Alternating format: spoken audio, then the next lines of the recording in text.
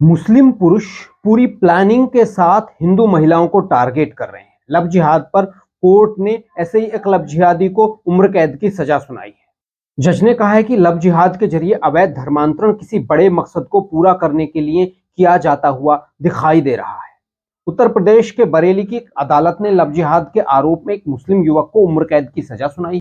इस दौरान additional session जज रवि कुमार दिवाकर ने कहा है कि लव जिहाद के तहत मुस्लिम पुरुष पूरी प्लानिंग के साथ हिंदू महिलाओं को टारगेट। लाइव लॉ की खबर के अनुसार एक हिंदू लड़की के साथ बार बार रेप करने के लिए एक मुस्लिम व्यक्ति को आजीवन कारावास की सजा सुनाते हुए यूपी की बरेली की एक अदालत ने हाल ही में लव जिहाद की व्याख्या की।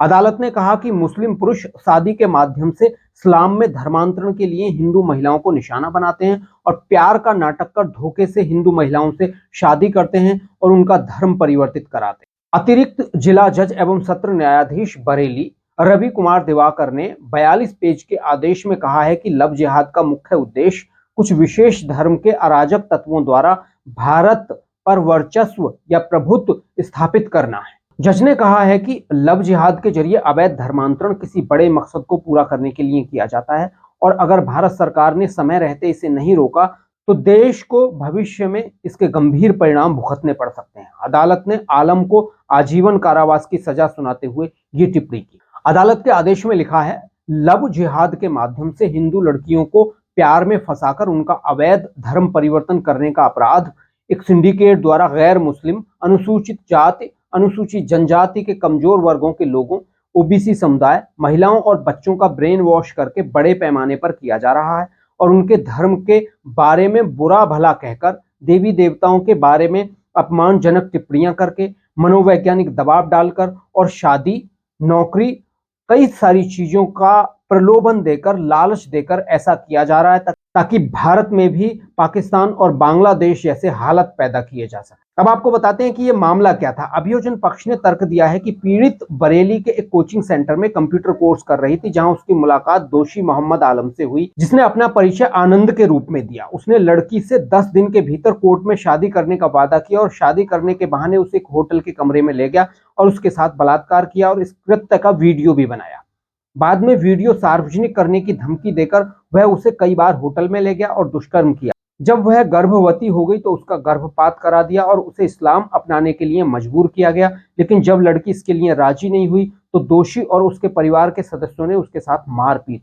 तो देखिए, अब दोस्तों, हम जो ये बातें कहते थे, कई जगह बहुत सारे लव जिहाद पीड़िताओं को हमने कई जगह हेल्प की और लाया, अपने चैनल पर दिखाया अलग अलग जगह में। करीब 2010 से जब लोगों को पता नहीं था तब हमने ये शब्द गढ़ा था कि लव जिहाद।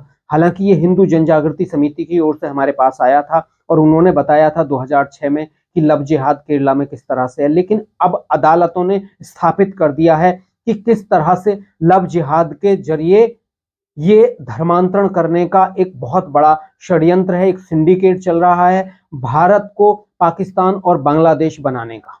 तो ये एक बहुत बड़े सिंडिकेट का पर्दाफाश कर रहा है और ये जो लोग हैं षड्यंत्र के तहत पूरी तैयारी करते हैं, किस तरह से उनको अपने ही घर में, अपने जो उनके सांस्कृतिक जो क्रियाकलाप हैं उनसे दूर करके, किस तरह से उनका ब्रेन वॉश करके उन लड़कियों को बहलाया फुसलाया जाता है और फिर उन लड़कियों को अपने चंगुल में फंसा के कहीं का नहीं छोड़ा जाता।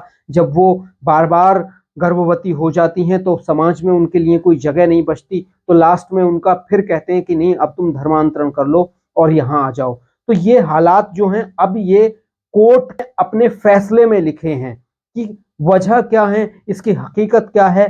तो हमें समझना होगा, हमारे हर उस बाप को समझना होगा जिसकी अपनी बेटी है, वो समझाए अपनी बेटी को। हमें परिवारों से ही बताना होगा अपनी बेटियों को कि क्या हो रहा है समाज में। जो आपसे प्यार का ढोंग कर रहा है, क्या वो असली नाम है या नकली नाम है।